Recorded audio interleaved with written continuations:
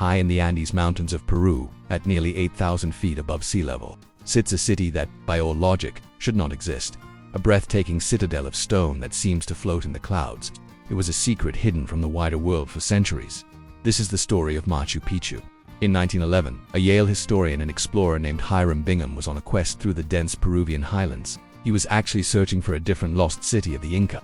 The legendary Vilcabamba, the final stronghold against the Spanish, led up a steep, treacherous mountainside by a local Quechua guide.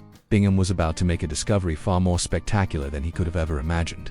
What he rediscovered that day, hidden beneath centuries of thick, suffocating vegetation, was a place that would capture the imagination of the entire world. He had stumbled upon Machu Picchu, a lost citadel of the mighty and enigmatic Inca Empire, a civilization that rose and fell with astonishing speed, leaving behind wonders that still baffle us today.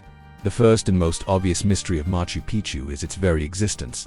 How did the Inca civilization that had no wheels for transport, no iron or steel tools, and no system of written language manage to build a sprawling city of stone in such a wildly inaccessible location? They were fighting against gravity, dense jungle, and the sheer challenge of the Andes. Their greatest achievement, and the secret to their success, was their unique and unparalleled masonry technique called ashlar. The Inca were absolute masters of stone.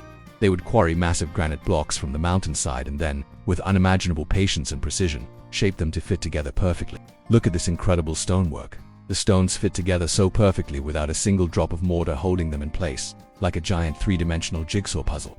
The joints are so tight that you couldn't even fit a credit card or a blade of grass between them. How they achieve this level of precision with only stone, bronze, and wood tools remains a subject of intense debate. This ingenious technique wasn't just for show. It was a brilliant feat of engineering that also made their buildings incredibly resistant to earthquakes, which are frequent in this region of the world. While a traditional wall built with mortar would crack and collapse during a tremor, the Inca stones could dance. They would move and shift with the shaking ground and then, when the earthquake subsided, settle right back into their original positions, unharmed. But their genius didn't stop with the buildings. The Inca were also masters of civil engineering and terraforming. They carved over 700 agricultural terraces into the steep mountainsides. These weren't just simple ledges.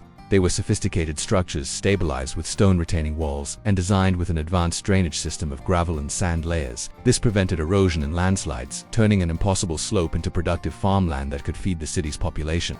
And then there was the water. A city in the sky needs a reliable water source.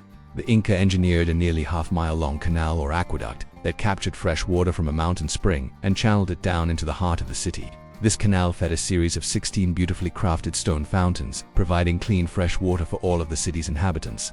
It was a marvel of hydraulic engineering, perfectly integrated into the urban design, so they could build it. But what was this incredible place actually for? For decades, researchers have puzzled over its purpose. Early theories suggested it was a mighty fortress, a last line of defense. Others thought it might be a secret religious sanctuary or a university for Inca nobles. But extensive archaeological research has painted a different picture.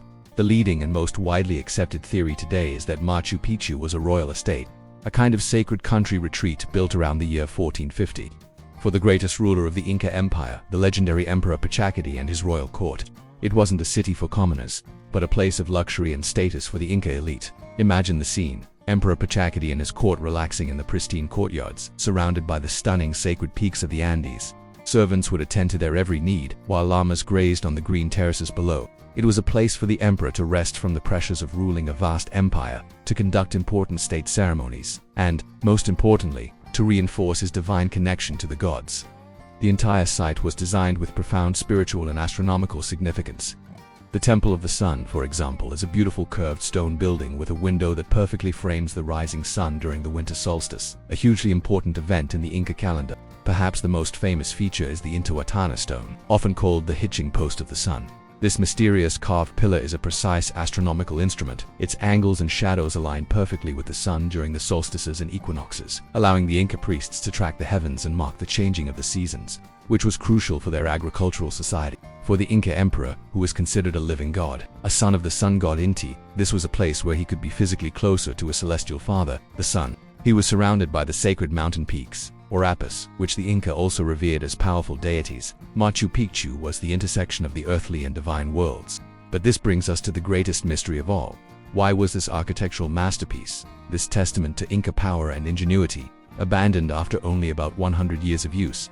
In a strange twist of fate, the Spanish conquistadors who arrived in the 1530s and brutally toppled the Inca Empire never found Machu Picchu. Its remote location kept it safe from their destruction. The most likely and tragic theory is that the citadel was abandoned even before the Spanish conquest fully reached the region.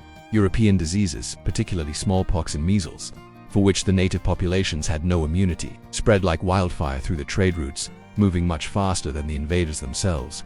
These plagues likely devastated the population of the Inca Empire, including the specialized workers and nobles who supported a place like Machu Picchu. The ensuing chaos led to a brutal civil war between two Inca brothers fighting for the throne, which further destabilized the empire just as the Spanish were arriving. With the collapse of the central Inca government and the death of its emperor, this remote and resource-intensive royal estate simply lost its purpose. Its supply lines were cut, its reason for being vanished, and its inhabitants slowly deserted it, letting the jungle reclaim the stone city. Its secrets were kept safe by the mountains and the clouds for over 400 years, a sleeping giant waiting to be rediscovered. Today it leaves us with a silent, breathtaking testament to the ingenuity, power, and deeply spiritual world of the lost Inca civilization, a true wonder of the world. Thank you so much for joining me on this journey to the city in the clouds. If you enjoyed this video, please give it a thumbs up and consider subscribing to the channel for more adventures into the mysteries of history. See you next time.